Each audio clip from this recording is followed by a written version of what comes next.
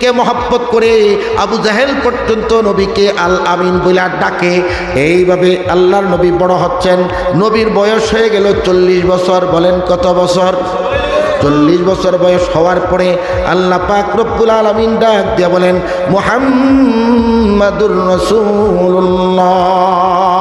বন্ধু আমার, এতদিন আপনার পরিচয় ছিল মুহাম্মদ ইবনে আব্দুল্লাহ, আজ থেকে আপনার নতুন পরিচয় হলো শুধুমাত্র মুহাম্মদ ইবনে আব্দুল্লাহ নন, আপনার নতুন পরিচয় হলো মুহাম্মাদুর রাসূলুল্লাহ। মোহতারাম হাজরিন, আল্লাহর নবী এবার নবী হয়ে গেছে, চাইলেই বসে থাকতে পারবে না, চুপ থাকার কোনো ক্ষমতা নাই। কেন আল্লাহ পাক বলেন, ইয়া আইয়ুহার রাসূল বাল্লিগ মা উনজিলা ইলাইকা মির রাব্বিক ওয়া ইল্লাম তাফআল ফামা বাল্লাগতা রিসালাতা আল্লাহু ইয়াসিমুকা মিনান নাস। আল্লাহ পাক বলেন, হে আমার হাবিব, আপনার রবের পক্ষ থেকে যাহা কিছু অবতীর্ণ করা হয়েছে আপনার উপরে, তা আমার বান্দাদের নিকট পৌঁছায় দেন, তাবলীগ করে দেন। নামাজের কথাও তাবলীগ করেন, রোজার কথাও তাবলীগ করেন, জিহাদের কথাও তাবলীগ করেন, ইসলামী রাষ্ট্রের কথাও তাবলীগ করে দেন। কথা বলেন ঠিক কিনা? মুহতারাম হাজরিন, অনুরূপভাবে উলামায়ে কিরাম নবীদের ওয়ারিস, নবীরা যেভাবে আল্লাহ তাআলার সকল বিধানের তাবলীগ করা নবীদের উপর দায়িত্ব ছিল, উলামায়ে কেরামদের উপর কিয়ামত পর্যন্ত দায়িত্ব হলো আল্লাহর সকল বিধানগুলো আপনাদের কাছে তাবলীগ করে দেওয়া, পৌঁছায়া দেওয়া। কথা বলেন ঠিক কিনা?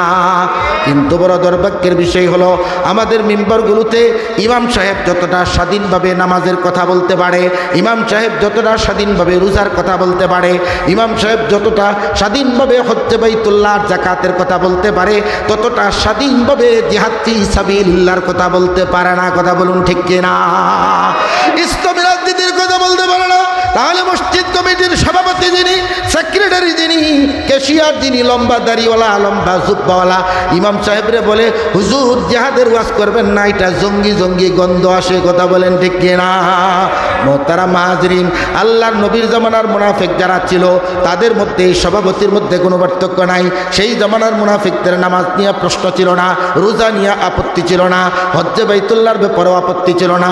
আপত্তি ছিল কেবলমাত্র জিহাদ ফি সাবিলিল্লাহ আর আল্লাহর জমিনে আল্লাহর আইন প্রতিষ্ঠার ব্যাপারে আপত্তি ছিল। কথা বলুন ঠিক কিনা? মুহতারাম হাজরিন, শুধুমাত্র নামাজ দিয়েই পূর্ণাঙ্গ মুসলমান হওয়া যায় না, শুধু রোজা দিয়েই পূর্ণাঙ্গ মুসলমান হওয়া যায় না। কোনো ব্যক্তি পরিপূর্ণ মুসলমান হওয়ার জন্যে আল্লাহর আইনগুলো পরিপূর্ণ মানা লাগে। কথা বলুন ঠিক কিনা? আজ আমার দেশের সম্পদ ভিন্ন দেশে পাচার হয়, আমার দেশে দর্শিত হয়, খুন খেলাপি হয়, এই সব কিছুই যদি আল্লাহর জমিনে আল্লাহর আইন বাস্তবায়ন হইত, এই সবগুলা বন্ধ হয়ে আমার এই বাংলার জমিন শান্তির জমিন হয়ে যাইত। কথা বলুন ঠিক কিনা? ও দুস্থ আহবাব, এই জন্য 1971-এর পর থেকে 2025 পর্যন্ত বহু দলকে তোমরা ক্ষমতায় বসাইছো, রাষ্ট্র পরিচালনা দেখেছ, কতই না বেগম পাড়া তৈরি করেছে, রাষ্ট্রের হাজার হাজার কোটি টাকা বিদেশে পাচার করেছে, কত কিছুই না তারা করলো, কিন্তু রাষ্ট্রকে শান্তি দিতে পারে নাই, তোমাদেরকে সুখে রাখতে পারে নাই। এখন সময় এসেছে সমস্ত 71 থেকে 24 পর্যন্ত যারাই একের পর এক ক্ষমতার মসনদে বসেছে, তারাই চুরি করেছে। কথা বলেন ঠিক কিনা? তারাই লুটতরাজ করেছে, তারাই বিদেশে বেগম পাড়া তৈরি করেছে, রাষ্ট্রের সম্পদ বিদেশে পাচার করেছে। সুতরাং সময় এসেছে, তার মানে হলো সামনের আগামীতে চুর আর বাটপাটদেরকে ক্ষমতার মসনদের চেয়ারে বসতে দেওয়া যাবে না। কথা বলো ঠিক কিনা?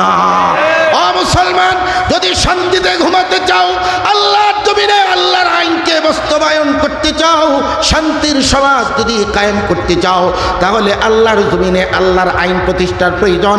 আল্লাহর জমিনে আল্লাহর আইন হলে পরেই জমিন শান্তি কায়েম হবে। কথা বলো ঠিক কিনা?